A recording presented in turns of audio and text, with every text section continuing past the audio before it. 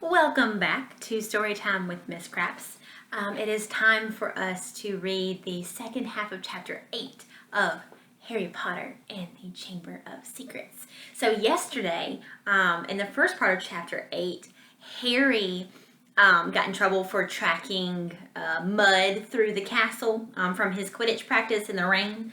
And Mr. Filch, their caretaker, who is kind of like our Mr. Krager, but a lot meaner. He was fed up with it, and so he was going to get Harry in trouble. And then Harry discovered that Mr. Filch is not the best at magic, so he's taking some extra courses, some extra classes, which is really embarrassing for Mr. Filch. So Mr. Filch told him to go and not to tell anybody about it. But also, the ghost of Gryffindor Tower, Nearly Headless Nick, he is having his death day party. And he has invited Harry to come to the party so that he can be kind of more impressive because, he's nearly headless and not fully headless. So they don't want, so the stuck-up ghosts don't really want to let him in the headless hunt because he's not technically headless. So let's find out what happens when Harry, Ron, and Hermione go to Sir Nicholas's death day party. A death day party? Said Hermione keenly when Harry had changed at last and joined her and Ron in the common room. I bet there aren't many living people who can say they've been to one of those. It'll be fascinating. Why would anyone want to celebrate the day they died? Said Ron, who was halfway through his potions homework and grumpy. Sounds depressing to me. Rain was still lashing the windows, which were now inky black. But inside, all looked bright and cheerful. The firelight glowed over the countless squashy armchairs where people sat reading, talking, doing homework, or, in the case of Fred and George Weasley, trying to find out what would happen if you fed a filibuster firework to a salamander. Fred had rescued the brilliant orange fire-dwelling lizard from a Care of Magical Creatures class, and it was now smoldering gently on a table surrounded by a knot of curious people. Harry was at the point of telling Ron and Hermione about Filch and the Quick Spell course when the salamander suddenly whizzed into the air, emitting loud sparks and bangs as it whirled wildly around the room. The sight of Percy bellowing himself hoarse at Fred and George, the spectacular display of tangerine stars showering from the salamander's mouth, and its escape into the fire with accompanying explosions drove both Filch and the Quick Spell envelope from Harry's mind. By the time Halloween arrived, Harry was regretting his rash promise to go to the Death Day party. The rest of the school was happily anticipating their Halloween feast. The Great Hall had been decorated with the usual live bats. Hagrid's vast pumpkins had been carved into jack-o'-lanterns large enough for 3 men to sit in. And there were rumors that Dumbledore had booked a troupe of dancing skeletons for the entertainment. A promise is a promise, Hermione reminded Harry bossily. You said you'd go to the Death Day party.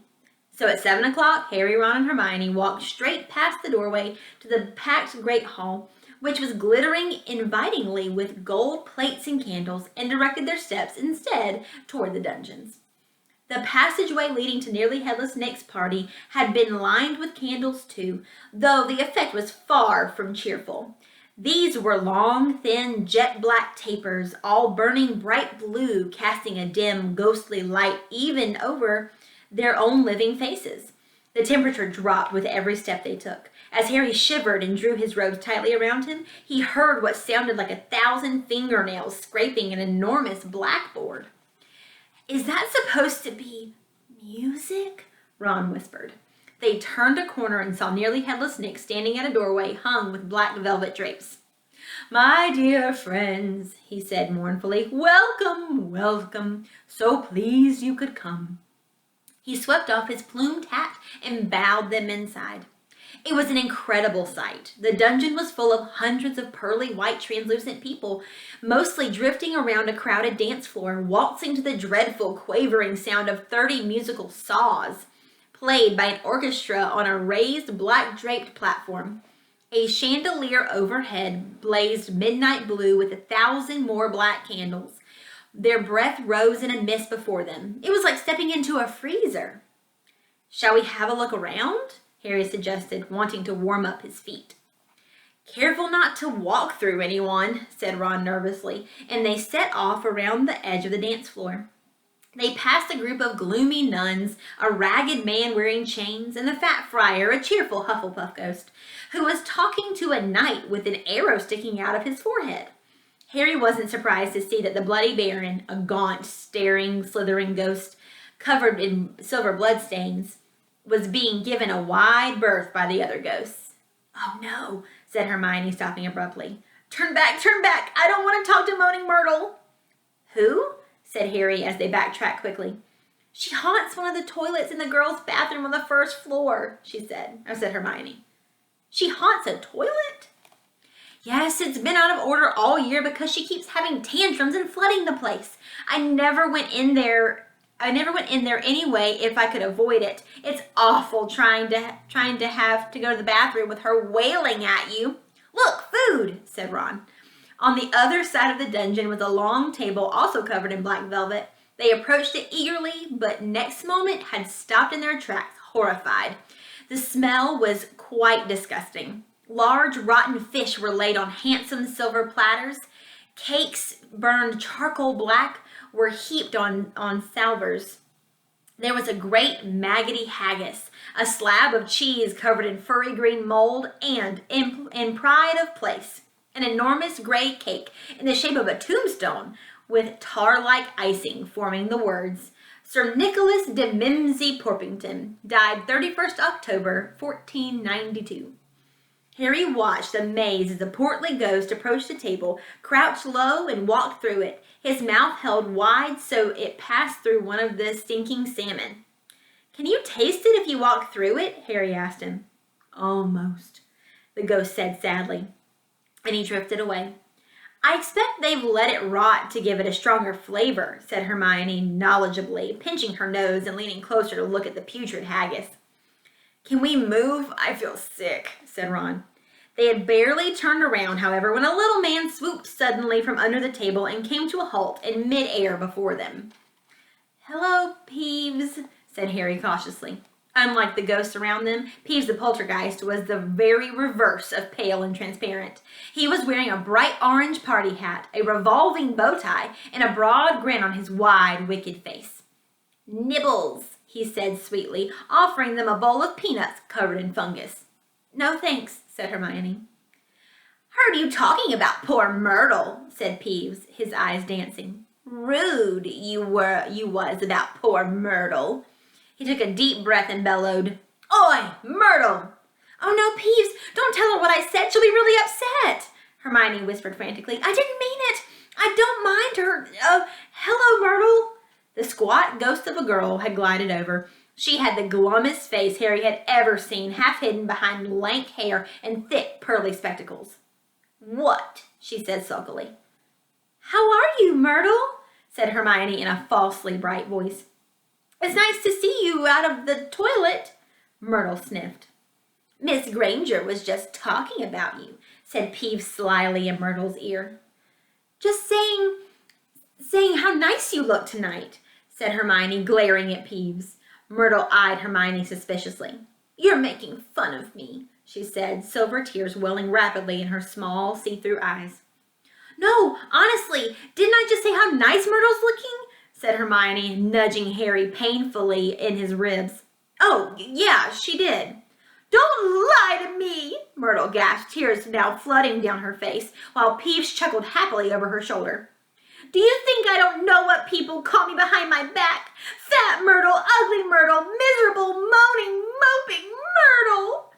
"You haven't forgotten? Or you've forgotten pimply?" Peeves hissed in her ear. Moaning Myrtle burst into anguished sobs and fled from the dungeon. Peeves shot after her, pelting her with moldy peanuts, yelling, "Pimply! Pimply!" "Oh dear," said Hermione sadly. Nearly Headless Nick now drifted toward them through the crowd. "Enjoying yourselves?" "Oh yes," they lied. "Not a bad turnout," said Nearly Headless Nick proudly. The Wailing Widow came all the way up from Kent. It's nearly time for my speech. I'd better go and warn the orchestra.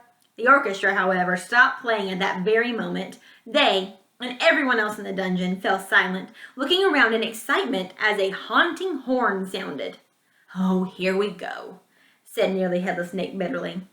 Through the dungeon wall burst a dozen ghost horses, each ridden by a headless horseman.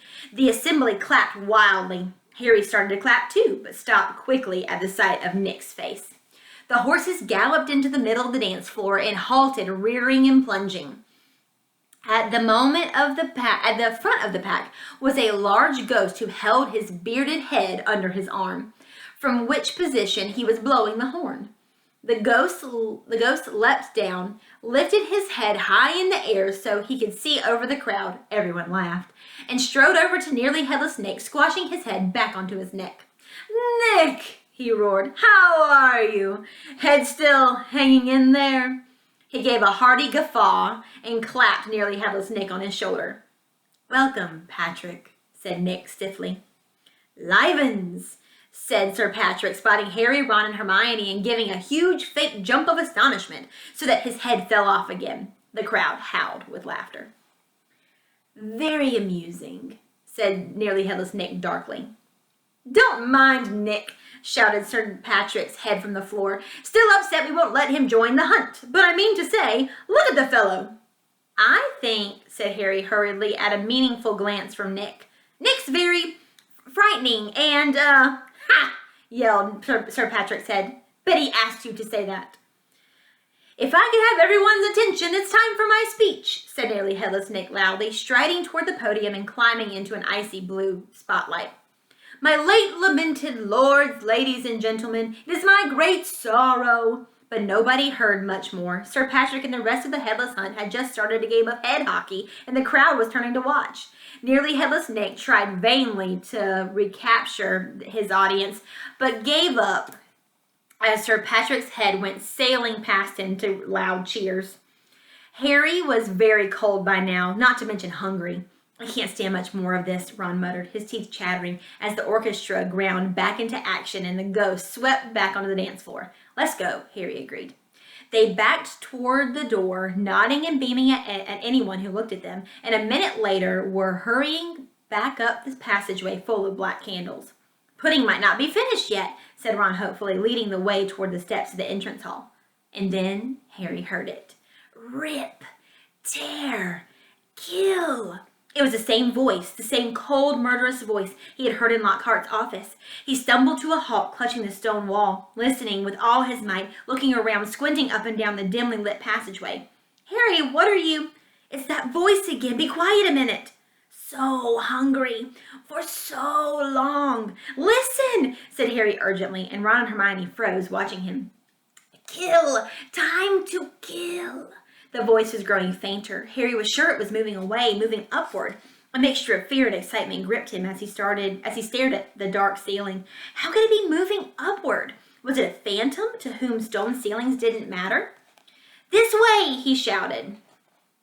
And he began to run up the stairs into the entrance hall. It was no good hoping to hear anything here. The babble of talk from the Halloween feast was echoing out of the great hall. Harry sprinted up the marble staircase to the first floor, Ron and Hermione clattering behind him. Harry, what are we? Shh! Harry strained his ears distantly from the floor above, and growing fainter still, he heard the voice. I smell blood. I smell blood. His stomach lurched. It's going to kill someone, he shouted, and ignoring Ron's and Hermione's bewildered faces, he ran up the next flight of steps, 3 at a time, trying to listen over his own pounding footsteps. Harry hurtled around the whole of the second floor, Ron and Hermione panting behind him, not stopping until they turned a corner into the last deserted passage. Harry, what was all that about? Said Ron, wiping sweat off his face. I couldn't hear anything. But Hermione gave a sudden gasp, pointing down the corridor. Look! Something was shining on the wall ahead. They approached slowly, squinting through the darkness. Foot-high words had been dabbed on the wall between 2 windows, shimmering in the light cast by the flaming torches. The Chamber of Secrets has been opened. Enemies of the air, beware. What's that thing hanging underneath? Said Ron, a slight quiver in his voice. As they edged nearer, Harry almost slipped. There was a large puddle of water on the floor. Ron and Hermione grabbed him and they inched toward the message, eyes fixed on a dark shadow beneath it. All three of them realized what it was at once and leapt backward with a splash. Mrs. Norris, the caretaker's cat, was hanging by her tail from a torch bracket. She was stiff as a board, her eyes wide and staring. For a few seconds they didn't move. Then Ron said, "Let's get out of here." "Shouldn't we try and help?"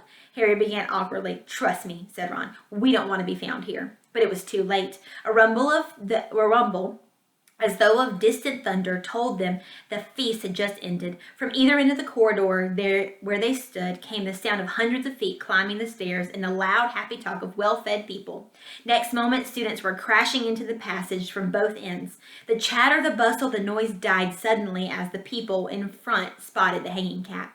Harry, Ron, and Hermione stood alone in the middle of the corridor as silence fell among the mass of students pressing forward to see the grisly sight. Then someone shouted through the quiet, "Enemies of the air, beware! You'll be next, mudbloods." It was Draco Malfoy. He had pushed to the front of the crowd, his cold eyes alive, his usually bloodless face flushed, as he grinned at the sight of the hanging, immobile cat. Dun, dun, dun. That is the end of chapter 8. Come back tomorrow for the first part of chapter 9, which is called The Writing on the Wall. Maybe we'll try to figure out where this is coming from. See you later.